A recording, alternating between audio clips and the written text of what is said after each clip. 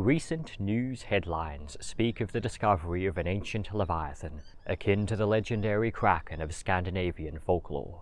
Meet Nanaimoteuthis haggarti, a colossal octopus that patrolled the oceans 80 million years ago in the Late Cretaceous period, and thanks to a recent study is now regarded by many as one of the greatest predators of its age. But do the dramatic headlines tell the full story of this prehistoric beast, or is the reality perhaps a little more nuanced? Let's find out. The oceans of the Late Cretaceous would have been some of the most dangerous in our planet's history. Beneath the waves lurked a frightful array of hunters, from fishes sleek and savagely armed to marine reptiles immense and powerful.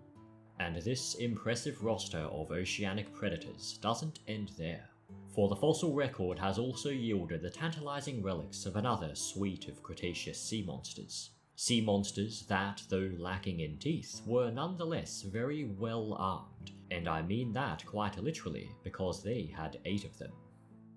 There are few creatures that can so readily incite a sense of wonder and intrigue, quite like an octopus. From the sucker-lined arms that move and flex with utter rampancy, each guided by a will of their own, to the mesmerizing patterns that flash across their bodies, it can at times be hard to fathom how a creature so otherworldly in every sense of the word is yet an animal like any other, wrought by the same earthly forces as all living things, including ourselves. And the recently described Nanaimoteuthis may have been the most impressive to have ever lived. Octopuses, and yes, the plural of octopus is octopuses, not octopi, belong to a broad phylum of animals called the mollusks, which also includes creatures like snails, slugs, and bivalves, and in terms of species count, the mollusks are the second largest animal phylum, beaten out only by the arthropods. Within the mollusks, octopuses sit in a class called the cephalopods, alongside other such wondrous entities as squid, cuttlefish, and nautilus. Cephalopods have a very deep history, originating as far back as the Cambrian period over twice the age of the dinosaurs. In the following Ordovician period, the cephalopods underwent an evolutionary radiation, increasing in both diversity and size. At the time, primitive cephalopods like the 6-meter-long Endocerus were the largest animals the world had seen, the original sea monsters, so to speak.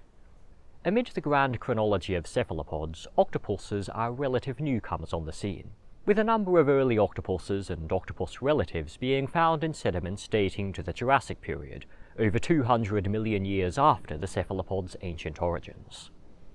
Octopuses, unfortunately for those who seek to examine their deep history, are almost entirely soft-bodied, which vastly reduces the likelihood of their remains becoming fossilized, and the octopus fossil record is resultantly scant and fragmentary.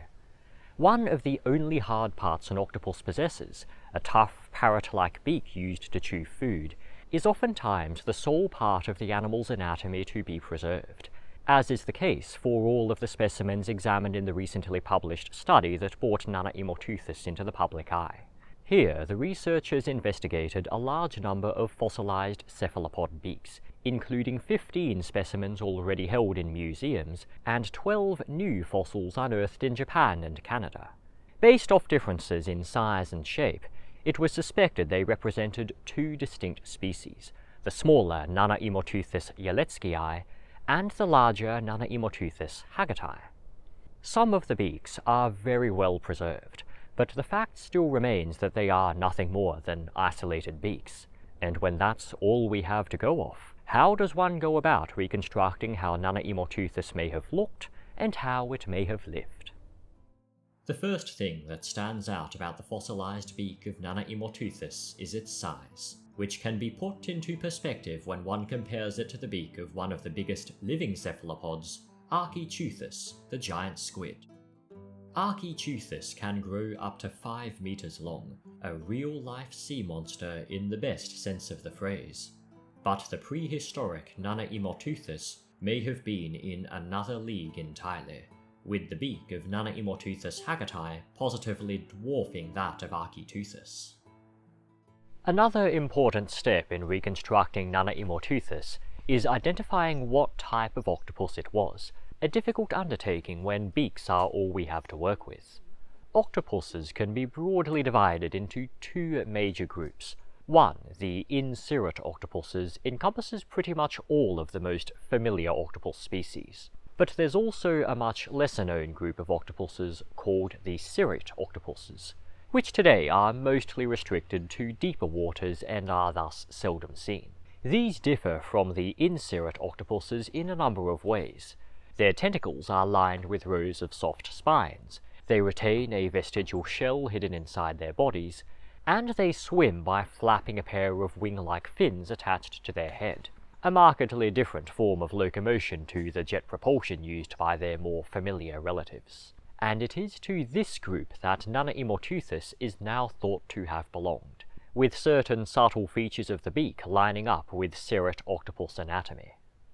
Still, even with the animal's likely identity narrowed down to the cirate octopuses, estimating its size remains an endeavour steeped in uncertainty, for even among cirate octopuses there exists a great degree of variation in beak-to-body proportions, meaning that any attempts to extrapolate the full size of Nanaimoteuthis from its beak alone will come with a wide margin of error.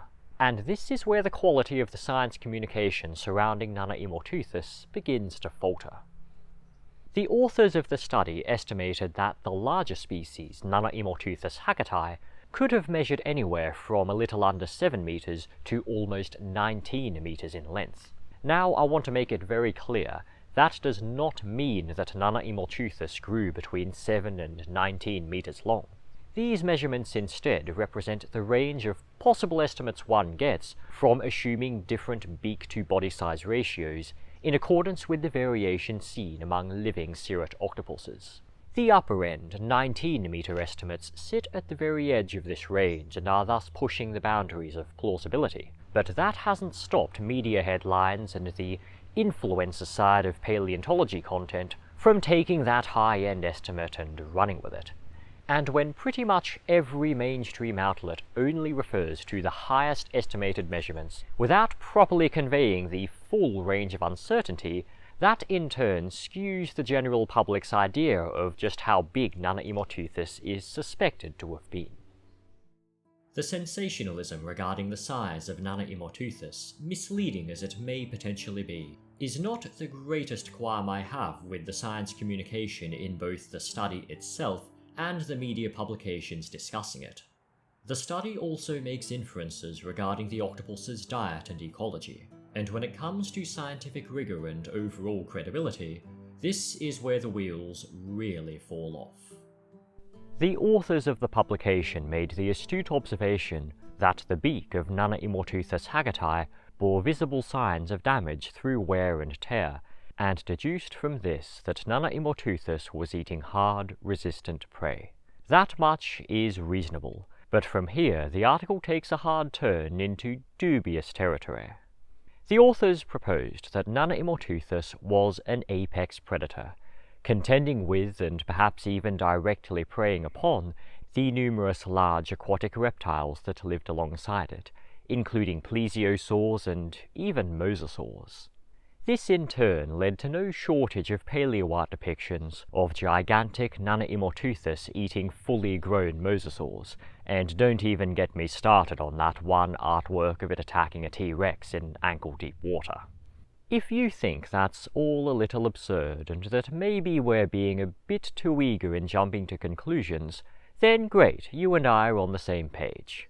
For starters, the idea that Nanaimoteuthis was contending with giant mosasaurs at the very top of the Cretaceous food web is only remotely feasible if we assume the absolute highest size estimates to be true, estimates that, as aforementioned, are very much teetering on the edge of possibility and are nowhere near robust enough to serve as a satisfactory basis for inferences on the octopus's ecology.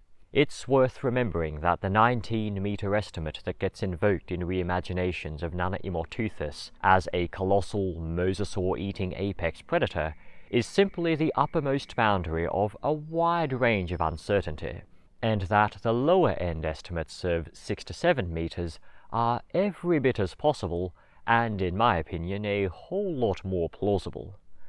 Couple that with an almost entirely soft body, and the fact that cirrate octopuses, if the modern species are any indication, aren't exactly the fastest swimmers, and I'm willing to bet that the typical interaction between Nanaimoteuthis and a big mosasaur would have played out a little more like this. But if Nanaimoteuthis wasn't hunting mosasaurs and other marine reptiles, what other potential diets can explain the wear on its beak?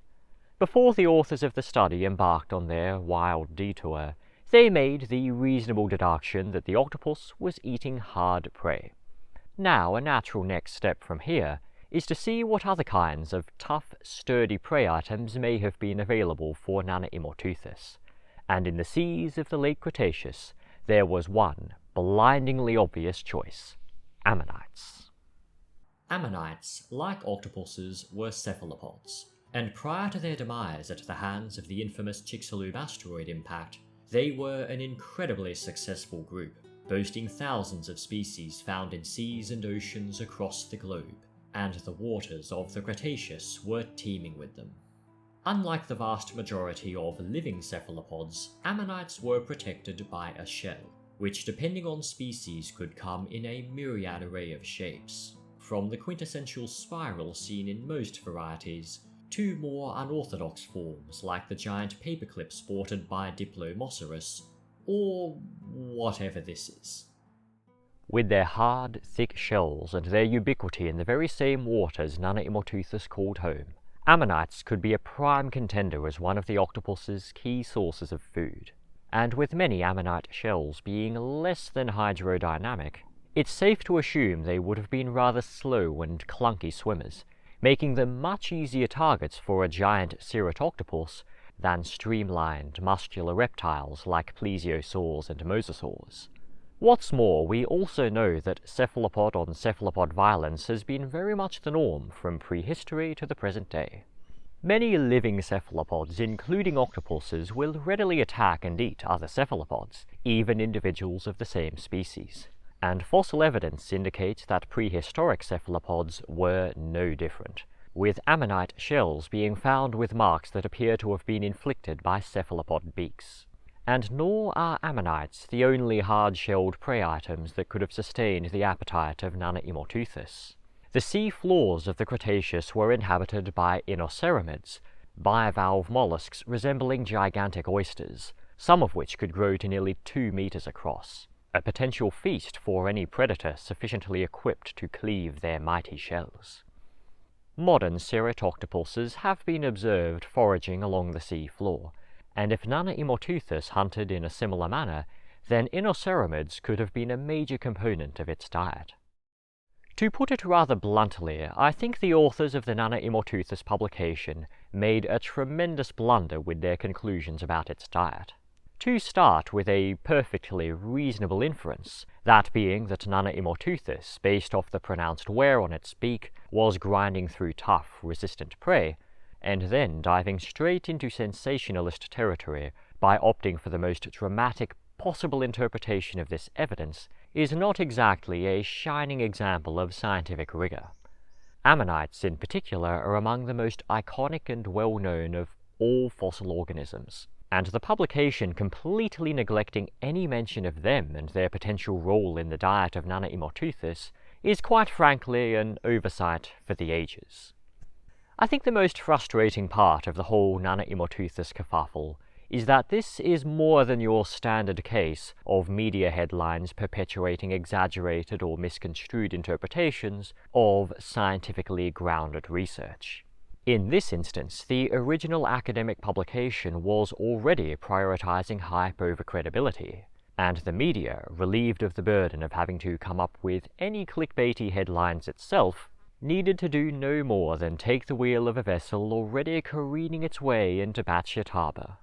And while I can understand wanting your publication to garner as much attention as possible, I struggle to see why such a degree of sensationalism is necessary in achieving that goal. Even if you go with the most bare-bones conservative interpretation of Nanaimoteuthis, you still end up with an octopus the length of a record-sized great white shark that used its massive beak to crunch through tough, well-protected prey. That's a very impressive animal, Yet thanks to the widespread platforming of Nanaimoteuthis as a mosasaur-eating leviathan, anything short of that is now going to seem like something of a disappointment. Sometimes I just wish people would have a little more faith in nature's ability to impress on its own merits. Trying to embellish that which is already so endlessly fascinating will serve to do naught but cheapen its wonder. And that brings my nerdy little monologue to a close. If you enjoy my content, then feel free to subscribe to stay tuned for future uploads. And in the meantime, you're welcome to check out some of my other videos. Thanks for watching, and I'll see you on my next adventure.